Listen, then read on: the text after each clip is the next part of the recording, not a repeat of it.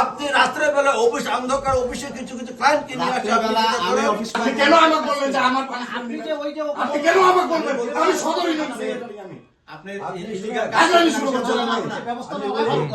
আমি আপনার এখানে শুনেন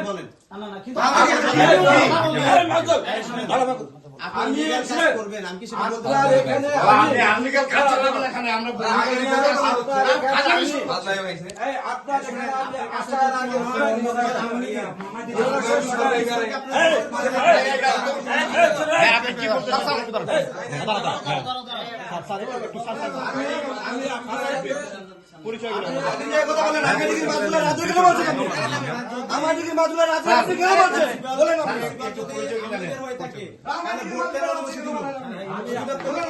আমি পরিচয় করে দিই। আপনি আমাকে বলছেন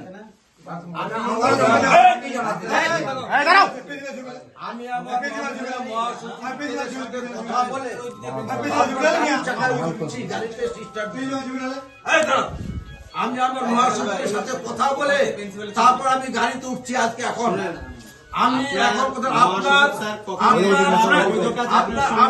আপনার বিশ্বাস করার কোনো কারণ নাই। আপনার নিজ অনেস্টি আপনার হরিপুরের মানুষ প্রমাণ করছে যখন অন্ধকার রাত্রে বেলা আপনি একটা সরকারের সম্পত্তি এটা আপনার নিজ অনেস্টি প্রমাণ। 2 নম্বর আপনি রাত্রে বেলা অফিস অন্ধকার অফিসে কিছু কিছু ক্লায়েন্টকে নিয়ে আসছেন।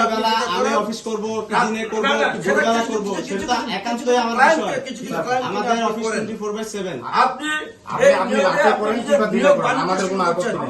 আপনি যে বললেন যে এর আগের যে বিকাশ চন্দ্র বর্মন যে ছিল আমাদের ব্যাপারে না, আমাদের ব্যাপারে কমপ্লেন যদি থেকে থাকে আপনি যাচাই করুন। কালচার তৈরি করে তখনও কিন্তু আমরা থেকে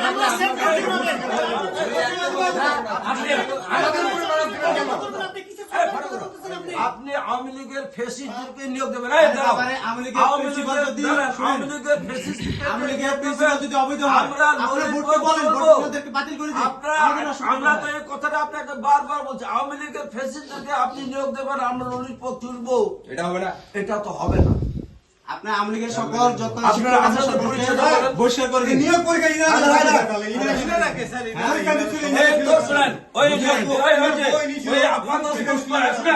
বুঝলেন?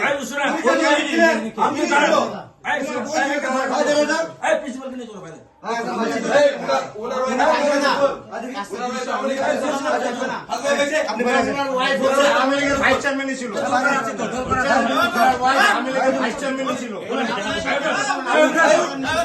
আমাদের জায়গা মতো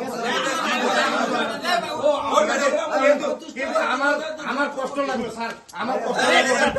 আপনি বলছেন আপনার খাতাপত্র নিতে পারো না, খাতাপত্র নিতে পারো না তোমরা।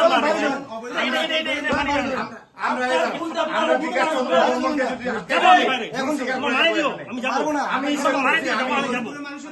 আমি সেভ করছি, আমি হরিপুরের মানুষ আমরা সেভ করছি, আর কারোর সাথে আমাকে তুলনা করতে পারেন না, এটা না।